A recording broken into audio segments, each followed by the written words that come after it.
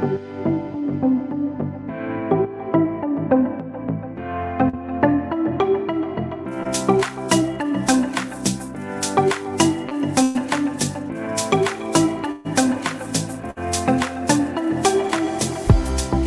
everyone. Welcome to our new series called Literary Tuesdays. I'll be your host. I'm Marilyn Alexander. I am a publisher, a mentor, I'm a writing coach, and I'm the founder of Destined to Publish. Destined to Publish is a Christian-based, independent, hybrid publishing company with a focus on literary coaching. We have almost 20 years in the publishing industry, and we have helped over 350 authors, both nationally and abroad, to write and publish their manuscripts. We have a very personable approach to publishing because we take our authors by the hand, each and every one of them, and we walk them through the publishing process. Because in my heart, I believe just because you are self-publishing does not mean you have to publish by yourself. So Literary Tuesdays, why? Well, I needed a place or wanted a place to be able to highlight and focus some of the authors that we've helped publish. So today I'm excited for two reasons. The first is because, yes, this is the very first broadcast. But the second reason is because I get to interview, my first interview gets to be with my very favorite author. She is very talented and beautiful and amazing. And not only that, she's my daughter. So with that being said, we're going to welcome Nichelle Joi. Come on.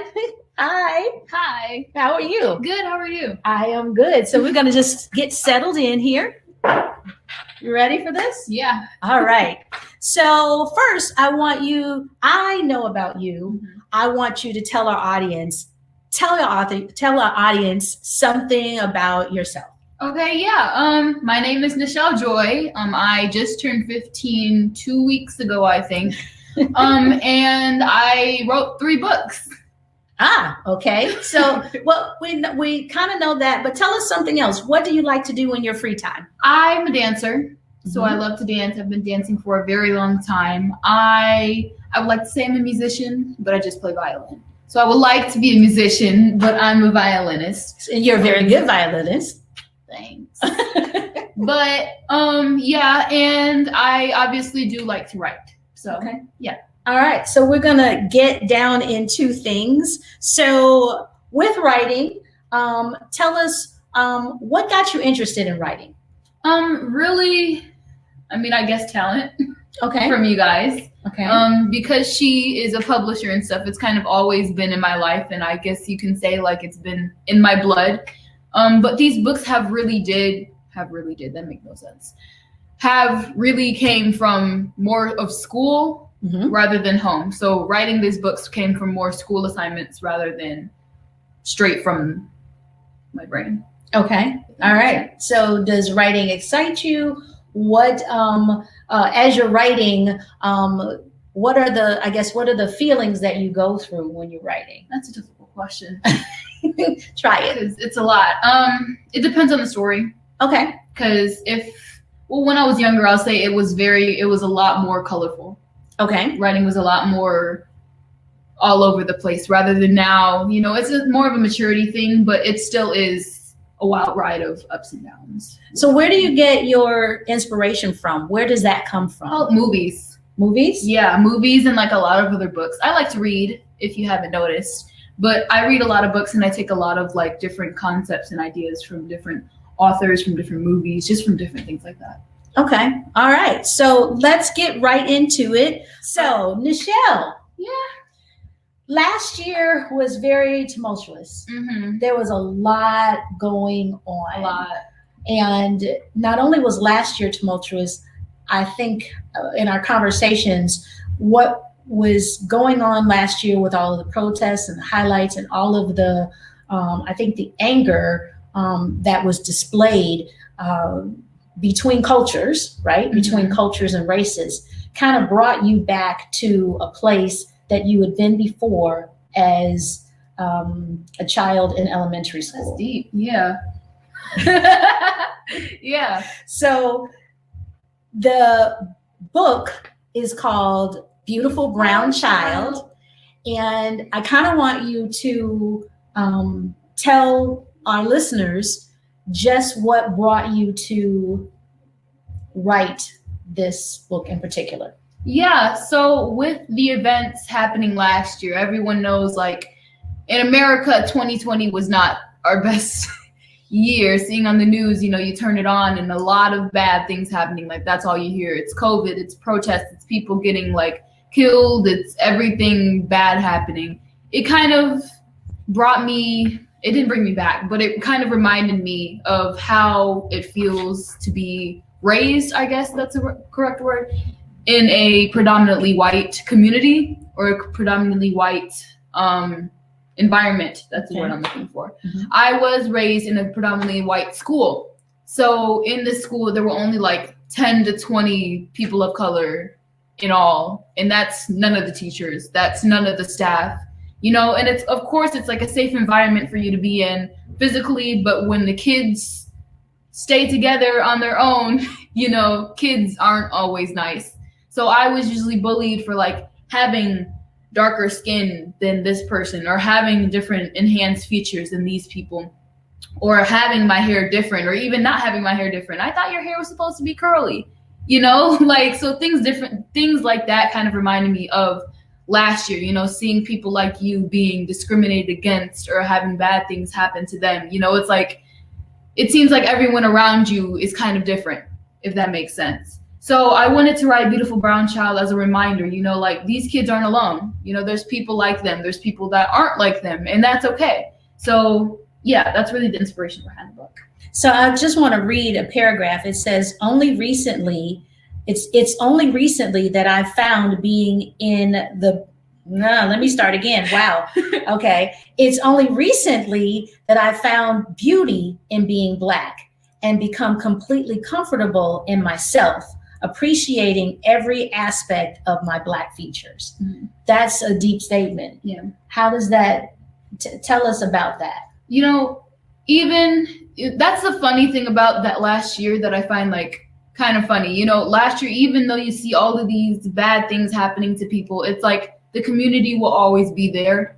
Like the Black community will always be there to like uplift each other. We'll always be there to hold each other accountable, to hold each other up and stuff like that. So even scrolling through social medias, going to now a predominantly Black school, you now see how nice being Black is. Yeah. And seeing that like around you kind of reminded me, this is all right. Yeah. There's all this bad stuff happening around you, but like, I'm Black. We're gonna be all right. Like, this is nice, so yeah. And you've got a long list of people in the very front of this book. Who are they? Why? Those are all of the little people that I am so blessed to know. Even if I haven't met them yet, they're all the little people that I'm blessed to know of. So I wanted to dedicate this book to them, to let them know, like, I know you. It's going to be all right. This book is for you. So, yeah. And when you say you haven't met them yet, you are little cousin and you are personable with their parents, and they are babies, or they're in the womb. Yeah. So they haven't been born yet. To be born. But you have close relationship with their parents. So that's pretty cool. That's really cool. And I have seen some of the pictures of some of the kids, and you've seen that. So how does that make you feel? I almost cried when I saw like one of the first kids get their book. It made my heart melt, finally seeing the book get out there and like see it being used for its purpose. Yeah. And like the kids are genuinely happy, like when they read it and stuff. That just like I almost fainted. It was so cute. So yeah. Well, I'm excited about it. Definitely. And what do you hope the goal of this book will be? The goal of this book, I want every kid of color to have one. Mm-hmm. Even if it's not this book, I want every kid of color to have some type of representation of themselves in their lives. So this is hopefully just one of those things for them. So that's one of the main goals. And so, but we need to bring out that this book is not specifically written to African Americans. Yeah. So tell us about that. Why? It's you know? written to all people of color, all people of all different ethnicities who aren't European American or strictly European. Because also, not in my predominantly white school, there weren't just black kids, you know? Even though there were like around 10 to 20 black kids, there were also like only around 8 to 7 Mexicans or like 3 to 2 Asians. And I found that really sad because I was like, oh, I can find at least another 5 of me or people that look like me, but what about them? You know, so I didn't want to leave anyone out. I wanted it to be as diverse as possible because like everyone deserves that type of representation. You know, we're not the only ones who have lacked that type of representation in our childhoods, in our experiences in America. You know, it's everyone. And I wanted everyone to have that type of source to go to. That's pretty cool. Thanks. Yeah, that's pretty cool. So the other thing that I want to read in the dedication, at the back of the dedication, you say, embrace all of who you are and don't forget to love others, but most importantly, love yourself. Yeah. That's pretty cool. Thanks. That's pretty cool. So this book is written to help children of color. And what's also cool is that not all of the children look like each other. Yeah. Like there are some that are tall, there are some that are thin, there's some that are chubby. So your goal was to include everyone, as many people as possible, because like as a community of people of color, of ethnic people, we don't look alike. You know, there's so many different ways that we can be. There's so many different ways that we can look. And that also dates back to like embrace all of who you are. Wow. Because like who you are isn't this person. Yes. Who I am isn't you. Yes. You know, like I can't embrace myself, but because I'm not as skinny as this person, you know, never mind. No, that can't be like that. You know, you have to embrace all of who you are. So that kind of dates back to that. That's pretty cool too. Thanks. She getting emotional. I'm not gonna cry. I'm not gonna cry. So in this book in particular, it was important for you to have a self-reflection mini handbook. Yes. What is that? Yes. In the back of the book, you'll find a little reflection. Yeah, I need to look at this real quick. A little reflection handbook for your kids to like draw in and write a little thing, a little bit about them. So because this book is for them, it should be for them. You know, it should have something of them in them.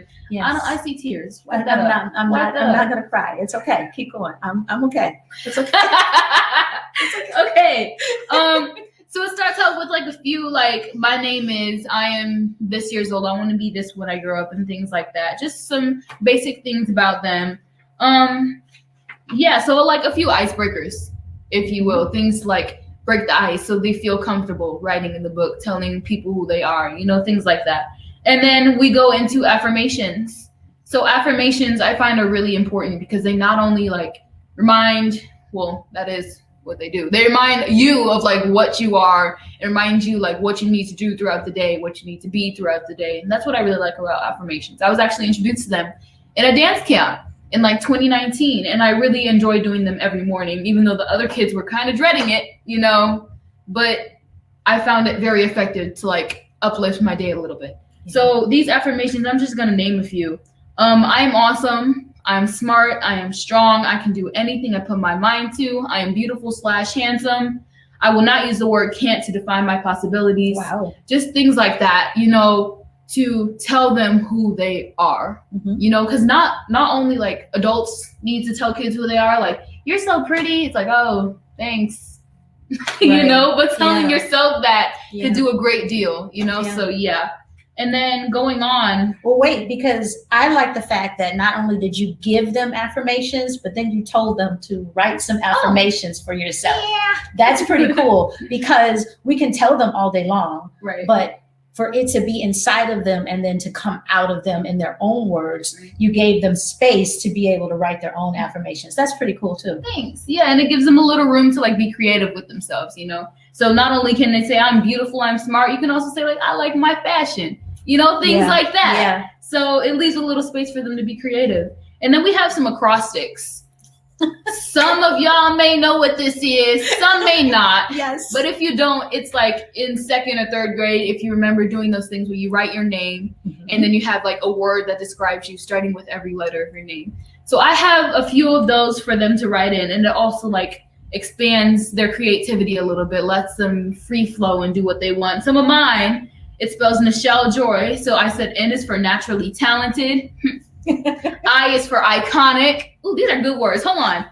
I do not remember writing this. I probably did, but I don't remember writing this. C is for caring. You did write it. H is for helpful. Things like that. I'm not going to list all of them, but things like that. It really expands their like creativity a little bit, makes them get those juices flowing and stuff like that. And really, and in the very back of the book, we have to date it back to the church. You always bring it back to the church. So I have 3 biblical scriptures that help them describe who they are, that help them remind them how beautiful they are, So and then at the very end, it's like one last reflection thing, asking them how they feel, how they are, what they're doing, like something like a little diary for them to write in. And then that's really it. Wow. So it becomes not only a story for them to read, but it's also, like you said, a diary. Yeah. So it's something that they can express themselves. And so, really, I would encourage parents not only to read this with their children, but to also go through these self-reflection pages with them and encourage them. So it's not a independent study thing. It's not an independent thing. It's a let's do this together. Yeah. Because it's really important for children to know that their parents are reflecting them, that their parents are helping them to reflect themselves. So that's pretty cool too. So this is Beautiful Brown Child. And today is Tuesday, so it will be available tomorrow. Wednesday. Woo, woo. So it's available Wednesday, tomorrow, on both Amazon.com and NichelleJoi.com. So you can order all 3 of the books on both Amazon and on NichelleJoi.com. And so as we finish up, I want to bring this back to Destined to Publish. Yeah. So now I didn't treat you like, hey, this is my daughter. Let me, not at do all. Stuff. No privileges, no nothing. You. All right. You were actually a client. It's Yeah. like you went through the full process. So originally you went through coaching. Yeah. Right. So now Beautiful Brown Child, you didn't need any coaching with that. But we have authors. We have illustrators for our children's books. And so with that, you were able to work with an illustrator. Yes. How was that? In my opinion, it's always fun. So it's always like the best part of writing the actual book. Because when you see the illustrations come back to you, like when you see your recommendations coming onto paper, it makes the story come alive. Yeah.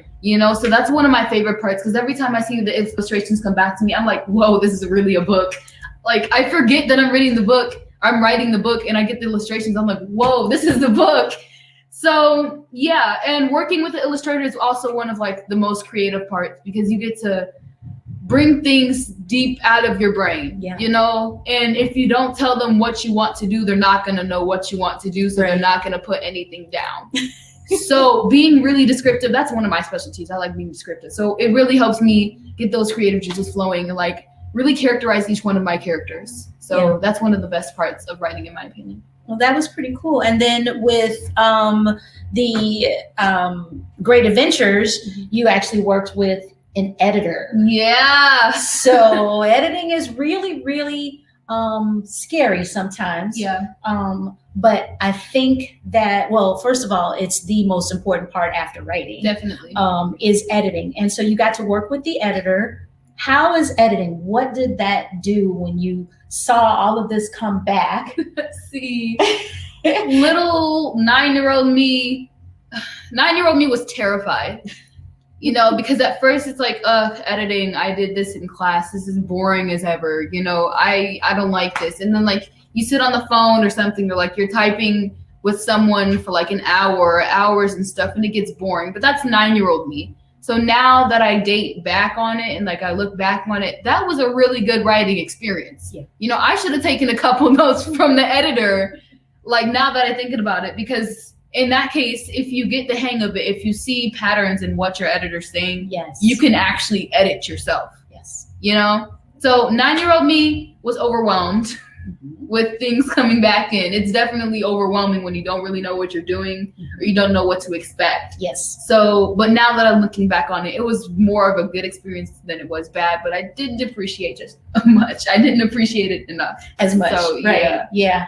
And editing is that. Editing essentially is when you split the infinitives, or you've got periods and commas, and you see all of these things because we give you your editing back and track changes. So you get to see in real time what it is that the editor has done, and you get to accept it or reject it at that point. And you see all of your corrections. And as Nichelle said, which was really, really cool, that when you see patterns of one thing that is consistent throughout your writing, and the editor is changing that, it helps you to become a better writer, because now hey, I was taught in editing not to do that, right? So after editing, you came back and we wrote, and then we did the illustration. So we did the illustrations. After the editing, we did the illustrations.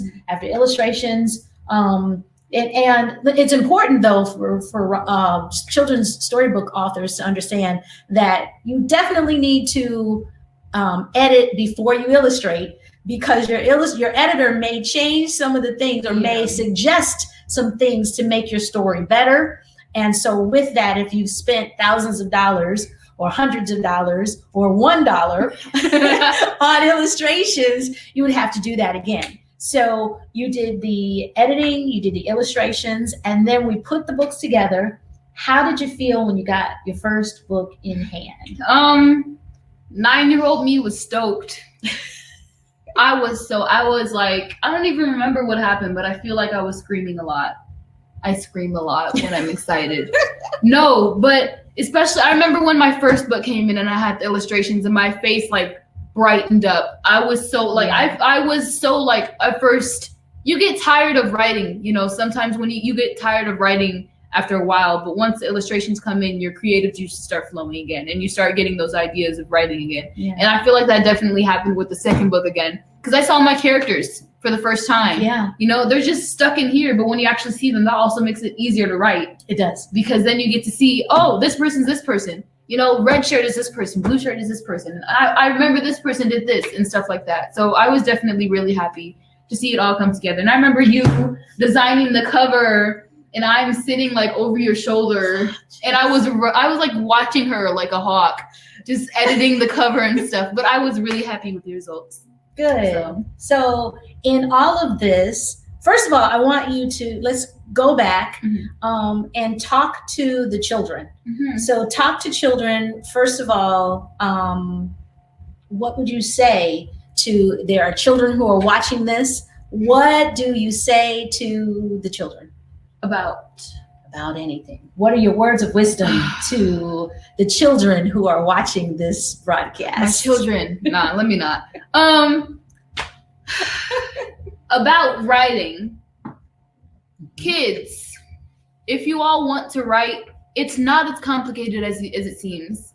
Okay? Because when you watch adults, or when I used to watch adults write, or when you see famous authors doing what they do or something like that, it seems like it's such a tedious, heavy process to get a book and to do this and to do that. It's really not. The books aren't handmade, okay? Yeah. You don't have to fold each page and write it a billion times for each copy, all right? Just write, get even if you're not writing a story, get the idea on paper. Yeah. They may be, here we go. It may even turn into a film or something. That's how I found a passion in film. Not only do I like to write, but I found my thoughts format easier in film, rather on paper. That's why I'm so descriptive with my words. So even if you're not writing a story, just get the idea onto paper and then show it to an adult that you love. Show it to someone who may be able to make something happen. And then things are going to happen, because then they'll find people like me, and they'll find people like her, and we'll make it happen. And then kids again, about being a beautiful brown child. It's serious though. Yeah, know your worth. And that seems like such a phrase thrown around and stuff, but when you really need it, you need it. You need to know your worth. I found that difficult when I was raised in a predominantly white neighborhood, when even still back then, when you look on the news, all you see about Black people is us getting killed or us getting hurt or us getting this, that, and the third. Yeah. So know who you are. Know that I'm not going to be on the news. Right. I'm going to make sure I'm not going to be on the news, So in knowing your worth, you also know what you want to, you also have to know what you want to do. In knowing your worth, you can say, I want to get famous all I want. Get famous on what? Right. Show us what you want to get famous on, Even I used to say, I want to get famous. And they'd be like, famous on what? I'd be like, I don't know. And then I wrote a book and I was like, I want to get famous. They're like, you better sell some books. So you can want to make money and get famous and do this, that, and the third all you want, but you need to know what you want to do to reach your goal, So get the ideas with everything. Get the ideas onto paper. Type it in your phone notes. Do something so you don't forget it. And then soon it'll turn into something big. Yeah. And what would you say to parents? Parents. Hey. Parents, if your kid wants to do something like be an author, I'm trying to say this in a way that's not being disrespectful to adults. Yes, disrespect. Know your limits. You want to definitely push your kid to do what they need to do. That's what she had to do with me to get my second book done because I wasn't doing what I had to do. But you don't want to be so overbearing that they hate what they do now. Right. Because she was like, hey, Nichelle, come on, let's do this. Hey, Nichelle, write for 20 minutes today. Hey, Nichelle, let's get chapter 3, 4, 5 done. But if she were to be on me over and over and over and over again, a billion times in a day, blowing up my phone, what's wrong with this? Can you get me this chapter now? Get me this chapter now, da da da da da. I would not want to do that anymore. I would quit. Right.